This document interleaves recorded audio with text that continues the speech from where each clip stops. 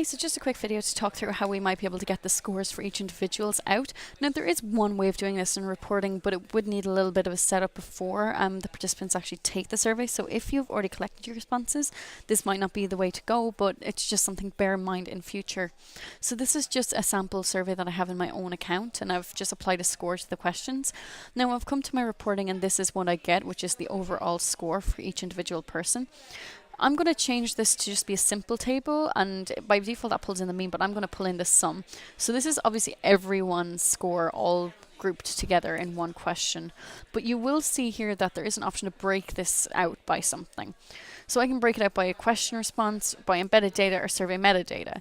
Now, if I do have an embedded data field that says what each person's name is, this is something you would have to set up before they take the survey.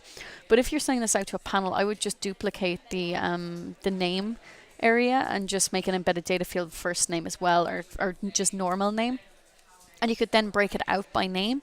And then if you're sending this out to an anonymous link and you're asking for someone's name, then you can just use pipe text to get the person's name as an embedded data field in your survey flow. But once you have an embedded data field called name, you could just click on that, and you'll see here it actually breaks it out and tells me each value for the embedded data field. So each of these would be a name, and beside it then would be each person's score. So that would be one way you could set this up in the reporting area to actually get this together. But if it's a little bit too late for this, it is still possible to do this in data and analysis. Now, it won't be linked to the rest of your report, but it will be a way for you to get this done. So what I could do is in this area, I can choose whatever columns I want to display here. So I'm going to go to Tools and choose Columns. I'm not interested in any of the questions. I'm only interested in the score. And then contact fields, maybe I want the first and last name. Again, if you're looking for their name and you've asked a question, just pull in the question that asks for their name. But if you're sending it to a panel, just pull in first name, last name here. I'm going to actually remove recorded date as well. So there we are. And finally, I'm going to move my score over over here as well. So now I have first name, then last name, and then the score. And this is all I actually want. This is just a table that I want. Now I can click on export/import.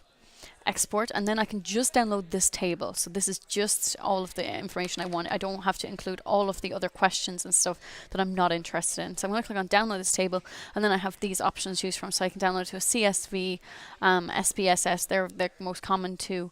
So when I download this, I would just get an Excel file that just has someone's first name, their last name, and their score in a Excel file.